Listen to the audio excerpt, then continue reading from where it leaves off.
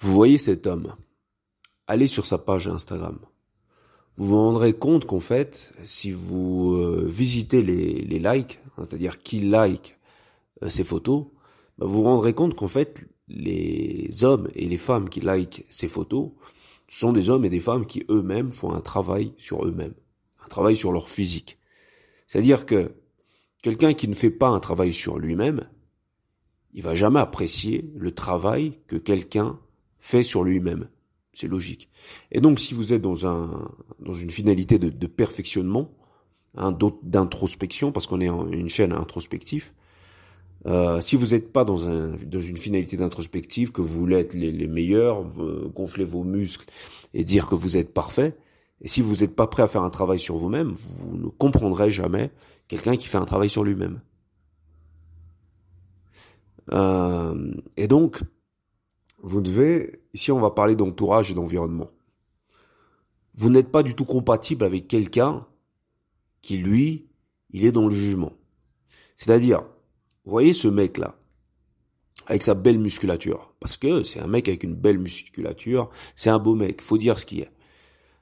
Eh ben, vous trouverez toujours des gens qui vont le juger, qui vont dire, il fait que ça de ses journées, etc. Et ces gens-là, quand vous les regardez, vous verrez que eux, ils ont pas son physique. Maintenant, qu'est-ce qui justifie leur réflexion ? Leur réflexion est liée donc à leurs limites. Ce sont des gens limités. Peut-être qu'ils sont limités sur le plan génétique, peut-être qu'ils sont limités sur le plan introspectif. L'introspection n'étant que cette capacité à se voir de l'extérieur. Il y a des personnes qui n'arrivent pas à se voir de l'extérieur. Il y a des personnes qui n'arrivent pas à voir quand ils sont hors sujet. Je ne sais pas si ça vous est déjà arrivé de discuter avec une personne qui est hors sujet mais qui s'en rend pas compte. C'est ce qu'on appelle des narcissiques. Le narcissique ou le con, ils se rendent pas compte. Ils se rendent pas compte qu'il est hors sujet parce qu'il est dans une personnalité de facette. Moi, j'ai un cousin, il m'appelle que pour savoir comment je vais, pour me flatter, pour connaître mon positionnement, pour savoir ce que je fais. En fait, il est dans une finalité d'espionnage. Il y a des gens comme ça qui sont tellement effacés par rapport à eux-mêmes qu'ils ont des rapports aux autres qui ne peuvent être que liés à la manipulation. Ils y peuvent rien, c'est leur énergie. Maintenant, si vous montez en puissance et que vous avez ce type d'homme à vos côtés, ça vous donne une finalité comme celle de Lumumba qui va se faire trahir par ses propres collègues, par son propre collègue, par quelqu'un qui l'a choisi. C'est pourquoi il faut choisir ses collègues. Dans la communauté, c'est étonnant quand même.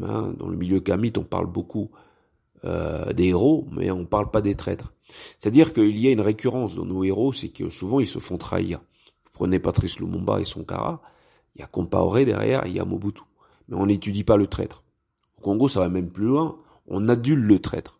Et on le respecte pour ses particularités.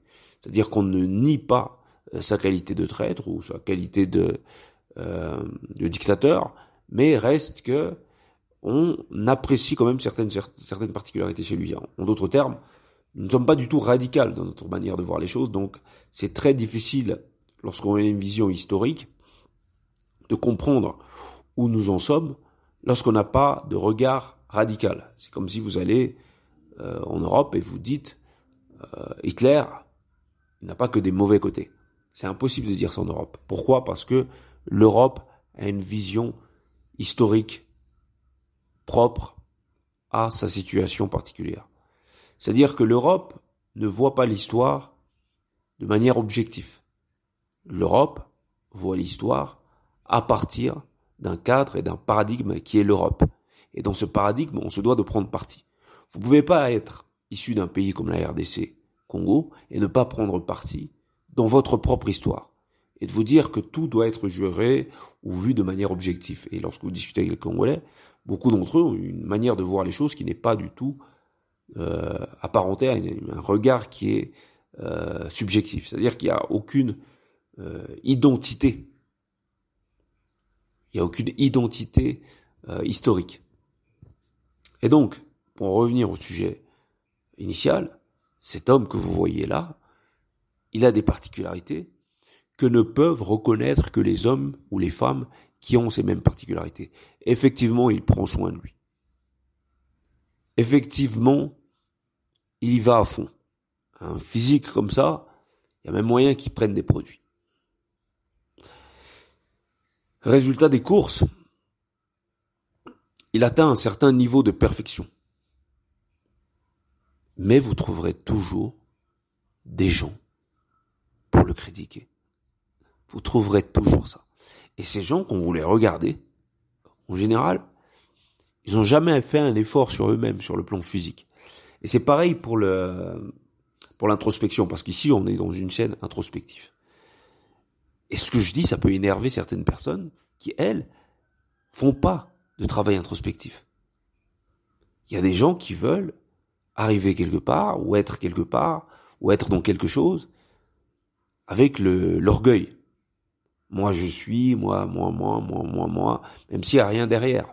C'est un peu comme le gars ici. Je peux vous assurer que les mecs qui le critiquent ont de très bons arguments.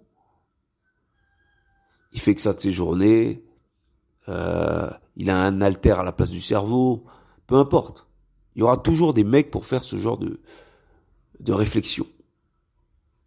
Mais ces mecs-là, ou ces femmes-là, ils ne diront jamais, effectivement, ça demande du travail.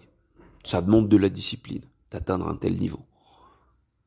Ça demande une certaine vision de ce qu'est la perfection, qui peut être représentée par notre propre corps.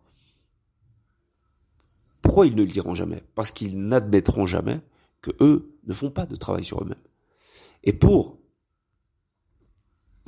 contourner ce travail qu'ils font pas sur eux-mêmes, ils vont jeter le discrédit sur ceux qui font le travail. Et donc, vérifiez bien dans votre entourage, si vous avez une volonté de puissance, êtes-vous avec des hommes qui ont une volonté de puissance? Êtes-vous entouré de gens qui ont une volonté de puissance? Parce que être dans une volonté de puissance avec des gens qui n'ont pas cette même volonté, ça va permettre l'éclosion de la trahison. Et ça, il va falloir le comprendre à un moment ou l'autre. Si vous avez une énergie positive, il y a des gens qui sont dans une énergie négative. En fait, ce sont des gens qui sont, comme on va dire, en négatif. Et donc, ils sont attirés par le positif. Et donc, ils vont venir vers vous un peu comme une voiture va vers la station d'essence pour se régénérer. Sinon, elle roule plus. Ces gens négatifs, ils sont comme ça. Ils doivent aller parasiter quelqu'un. Et si vous êtes dans une énergie positive, ce qui est le cas des gens qui ont une volonté, vous allez accueillir ces gens-là. Malheureusement, eux, ils arrivent avec des intentions particulières. Ils sont pas là pour les mêmes raisons que vous, qui est un projet ou une finalité supérieure, qui vous dépasse. Vous n'êtes pas là pour faire valoir votre ego, vous êtes là pour faire valoir une réalité qui est supérieure, mais pour la masse. Et certaines personnes, eux, qui sont en carence d'énergie, ils sont là pour pomper, ils sont là pour eux, parce qu'eux, ils sont pas comme vous, ils sont pas remplis, ils sont pas heureux, ils sont pas bien dans leur tête, ou dans leur intérieur, dans leur fond. Et donc, eux, ils sont là pour prendre, ils ne peuvent pas donner, parce qu'ils sont en carence. Et donc, ça, il va falloir le comprendre, les gars.